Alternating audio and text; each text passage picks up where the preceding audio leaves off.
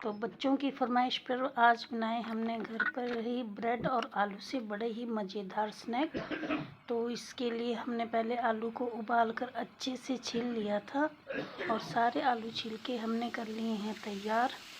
इस तरह से सभी आलूओं को हमने छील कर रख दिया है एक साइड को। और फिर हम इसे दूसरी थाली लेके इसमें हाथों की मदद से छोटे छोटे टुकड़े कर लेंगे। इस तरह से हमने इसे सभी को छोटे छोटे टुकड़े कर लिए हैं। और फिर अब हम इसे मैशर से बिल्कुल बारीक बारीक कर लेंगे, क्योंकि इसमें गुठलियाँ नहीं रहनी चाहिए।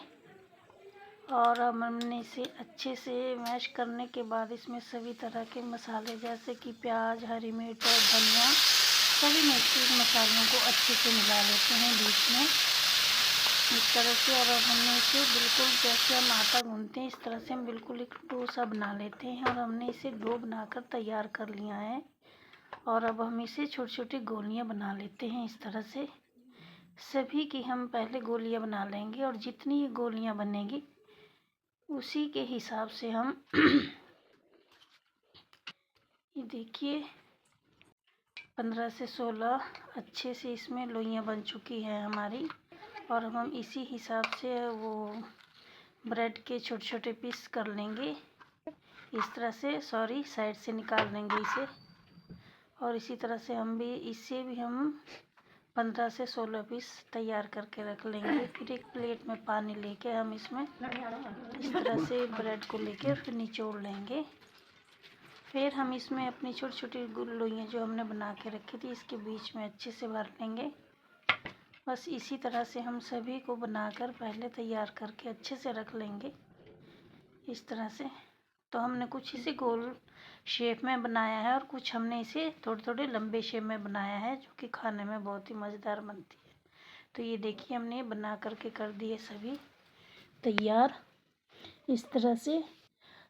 देखिए कितनी अच्छी लग रही है। और एक ले लिया है पैन, इसमें डाल दिया हमने तेल। तेल को काफ़ी अच्छे से गर्म करना है और उसके हमने आगे जो हमने ये बनाए थी लोइयाँ इस तरह से धीरे धीरे इसे हम अच्छे से हिलाते रहेंगे। और ये जब ब्राउन जैसी हो जाए तो हम इसे प्लेट में निकाल लेंगे। और जो बाकी के बची थी उसे भी हम इसमें डाल देंगे। अच्छी तरह से बना लेंगे इसे। ऐसे कच्चे तो बिल्कुल भी नहीं रहते हैं, खाने में भी बहुत ही मज़ेदार बनते हैं। तो हमने कुछ को इस तरह से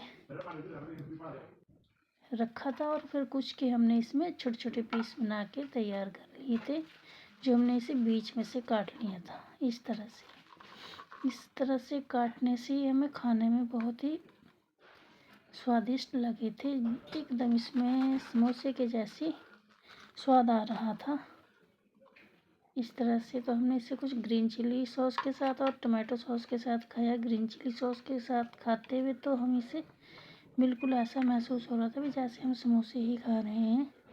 अगर आपका मन कभी समोसे खाने को करे तो झटपट से आप घर पर ही बना सकते हैं, क्योंकि ये बनाने में बहुत ही ईजीली तैयार हो जाते हैं और खाने में भी बहुत ही टेस्टी होते हैं।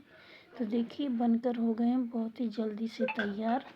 और आपको हमारी रेसिपी कैसी लगी, प्लीज़ अगर ये आपको अच्छी लगी हो तो लाइक कमेंट ज़रूर कीजिएगा।